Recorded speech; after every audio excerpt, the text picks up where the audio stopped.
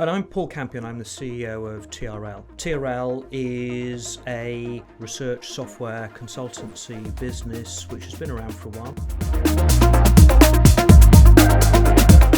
In London, a team of expert scientists, engineers and specialists has spent nearly a century working with their clients and partners to shape the future of transport. From building the world's first smart mobility living lab in London to bringing predictive AI into traffic control, TRL keeps setting global firsts in transport. So I'm Binu Jacob, the Managing Director and CEO of Experion Technologies.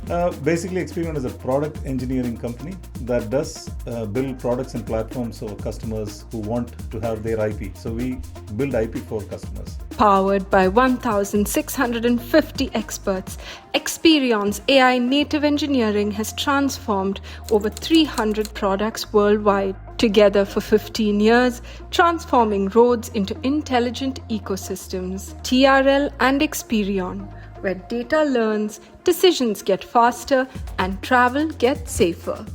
Hey, good morning, Paul. Hey Binu, how are you? Very good, thank you. And how are you? Great to see you today. I'm having all the fun they make. What could be better than this?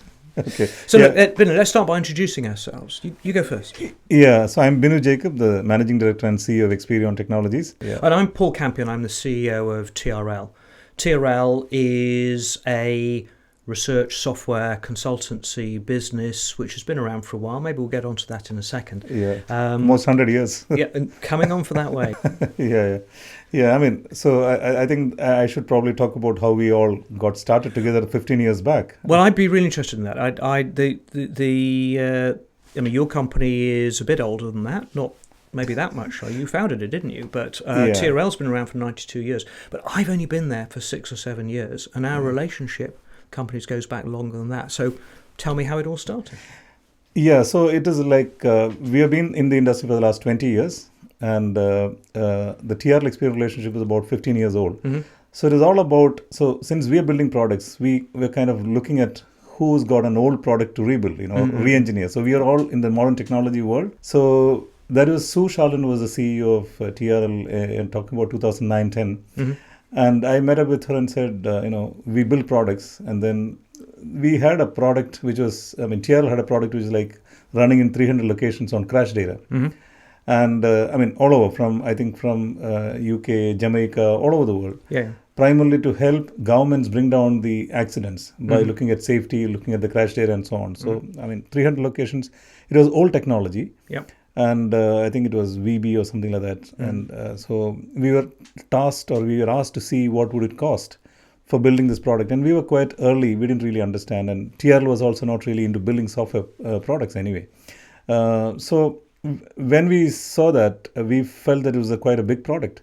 But then we had somebody by the name Michael Johnson, I believe, in TRL, who said they only had 55K as a budget. Mm. Because TRL was full of scientists and they didn't really know how software is built, and that too built offshore. America knew the game a lot long ago. So we were told we only had 55K budget, and then do whatever you want to do with it. So that was it all. That was interesting. Yeah. Well, but that's interesting because it brings out so many of the themes that have dominated our relationship, the reasons why our relationship has worked, and the reasons, perhaps more importantly, why it's good for our clients. So TRL, 92 years old, it started as the UK government's road research laboratory, as you say, full of scientists. And TRL is very proud to have created a lot of the very basic infrastructure that we see around us today. Things like the zebra crossing was invented by TRL, which, when I was told, I was flabbergasted because I never realised it had to be invented. Yeah. So much of this stuff, of course, had to be based on solid research. It had to be designed, and it had to be designed with thought for safety and effectiveness, and that was really where TRL came from, and is a deep part of its DNA to this day. Yeah. Yeah. So that innovation in safety in asset infrastructure is something that TRL's always done. We privatised about 30 years ago. So in many ways we're a different organisation, but that thing goes on and on and on. But what you have described is the collision of of two different ways of thinking about innovation and change. There's the 90-year-old TRL science-based innovation, which is directly affecting not the bricks and mortar, but the asphalt and curbstones of our environment, and the innovation that you founded Experion to deliver, which is the digital innovation, what we now see software high-tech innovation, and there came a time when those two things had to come together to really transform the world in the way that we both want to happen. And and I think there was a big purpose also behind this re-engineering of the map into iMAAP. That is because in 2012 the World Bank I think the United Nations said it's not going to be through pulmonary diseases or AIDS that's going to kill a lot of people, but it's going to be road accidents that's going to kill a lot more people. And so there was funds by the World Bank all over the world to invest into something called the Decade of Action, which was like 2012 until 22, I believe. And that is when it was very timely when we got this discussion with Sue going on to rebuild MAP into iMAAP. Obviously, it was a huge effort because it's a huge product. I mean, we had 18 months of effort by 21 people to build this. And then we didn't really have enough, budget. TRL didn't have enough budgets, but we said we'll still invest because we knew the Decade of Action is going to change a lot of things. And precisely what happened at the end of it, Abu Dhabi government contracted TRL for implementing MAP, primarily 20% savings on accidents every year. So that is the kind of vision behind that, and many countries followed after that. So that was a big success, and that's where TRL really found Experion innovation really working. Well, and that project, that product, of course, has continued to be developed, hasn't it? And is still changing outcomes around the world. I mean, sadly, over 1.25 million people are still killed every year on the world's roads. But a year or two ago, together in Himachal Pradesh, we provided that software and the expertise which enabled them to significantly reduce their road deaths, didn't they? So to this very day, we're still chipping away at that problem with this technology. I think the Director General of Police went on air and he spoke to the press saying that 20% savings on accidents.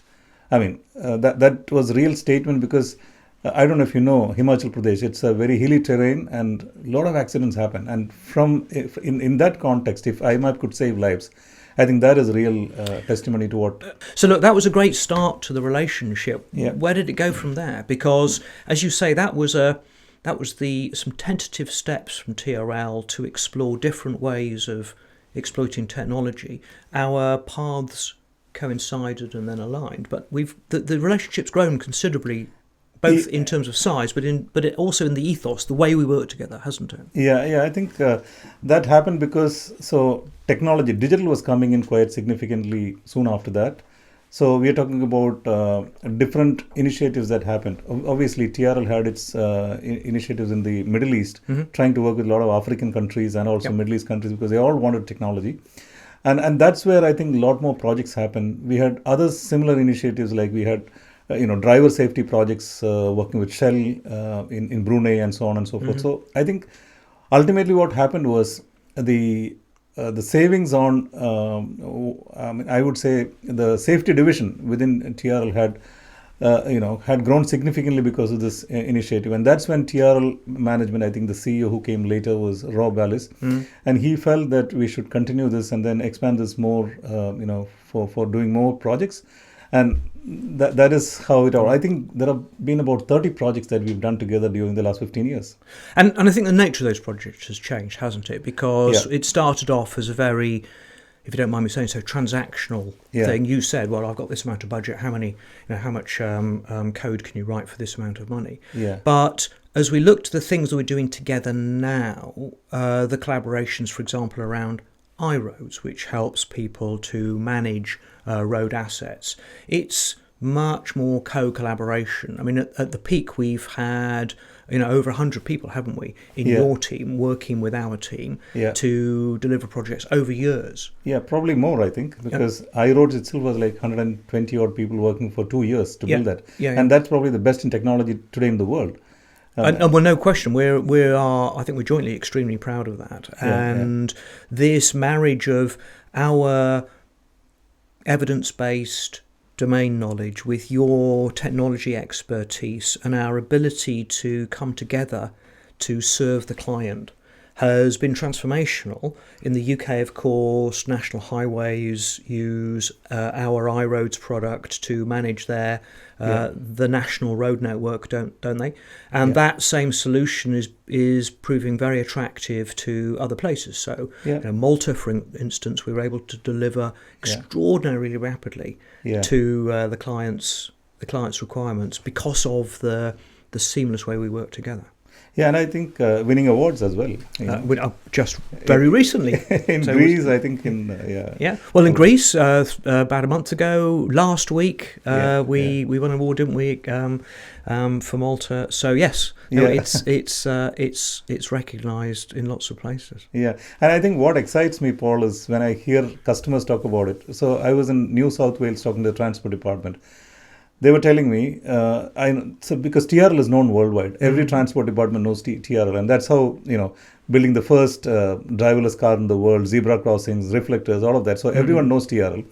And what the New South Wales, Transport Department person was, the head of transport was asking me was, can you save 10% of the cost of maintenance, road maintenance for us? Can this product? So I said, I'm very confident TRL definitely would vouch for it.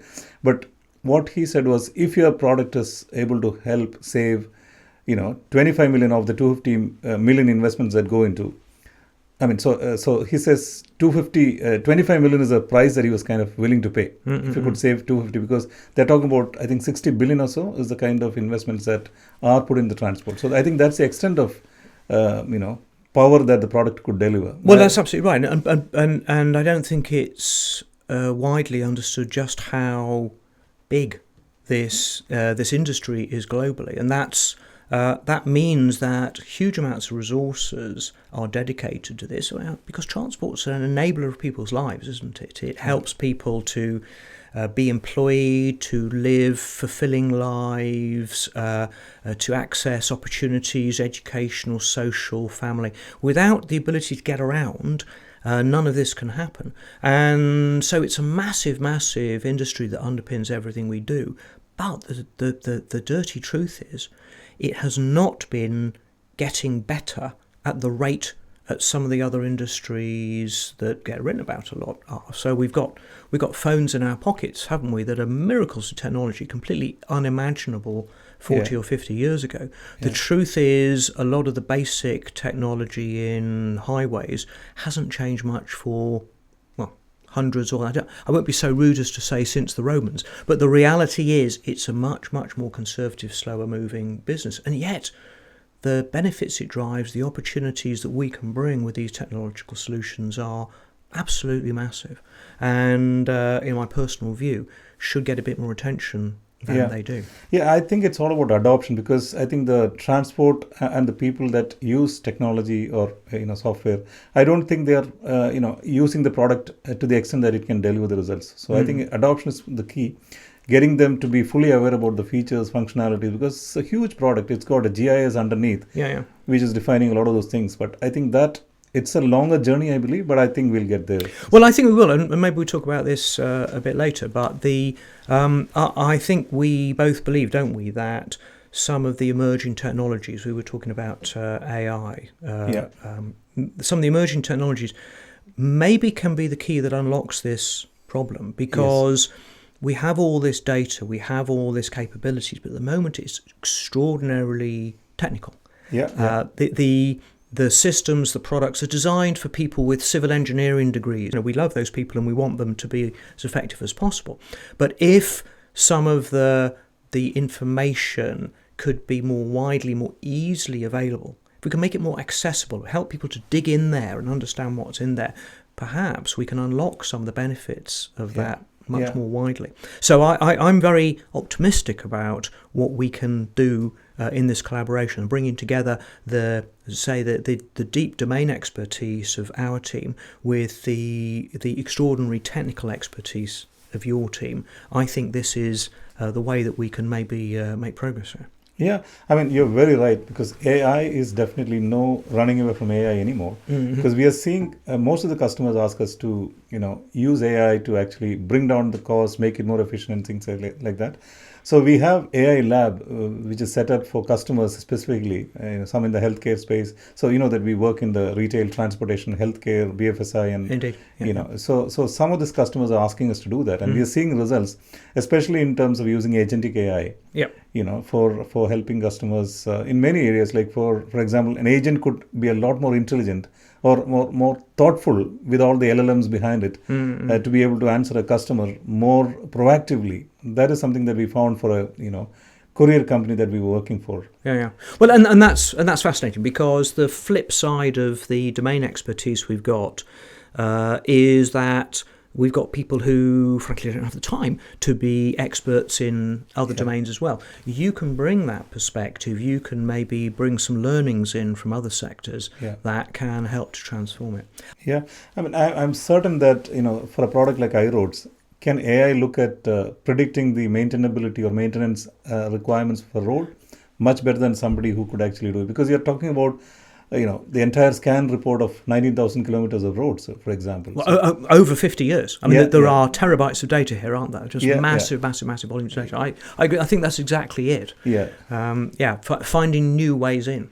Yeah, so I think definitely AI can play a big role in improving the maintainability of roads, which probably were not really explored. I think the team back, the iRoads team is probably looking at it, and I think we have plans for doing that with AI, I believe. Yeah.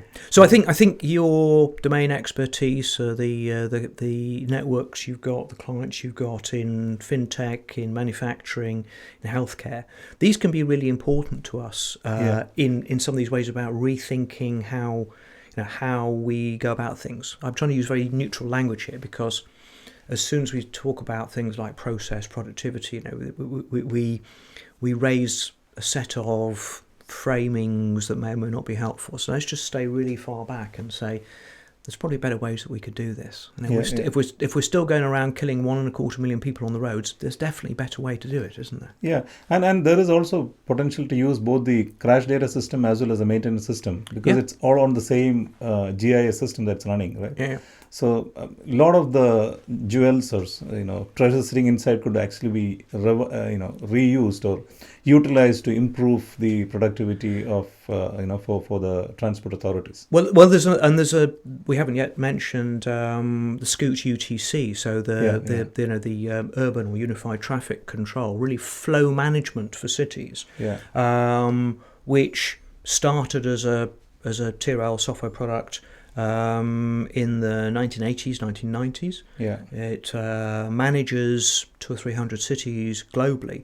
But once again, what could the future hold for that sort of technology? Well, we can imagine, can't we, linking together, you say, the learnings from collision management tools with the asset management tools, with the flow management tools, with flows of data from new sensor types to really transform outcomes and help people. That basic thing of I've got to get to work, I've got to go to school, going out in the evening. This is what transport's for, and helping to make that better, safer, cleaner, greener. This is what we're all about, and we need this transformational impact of technology, don't we?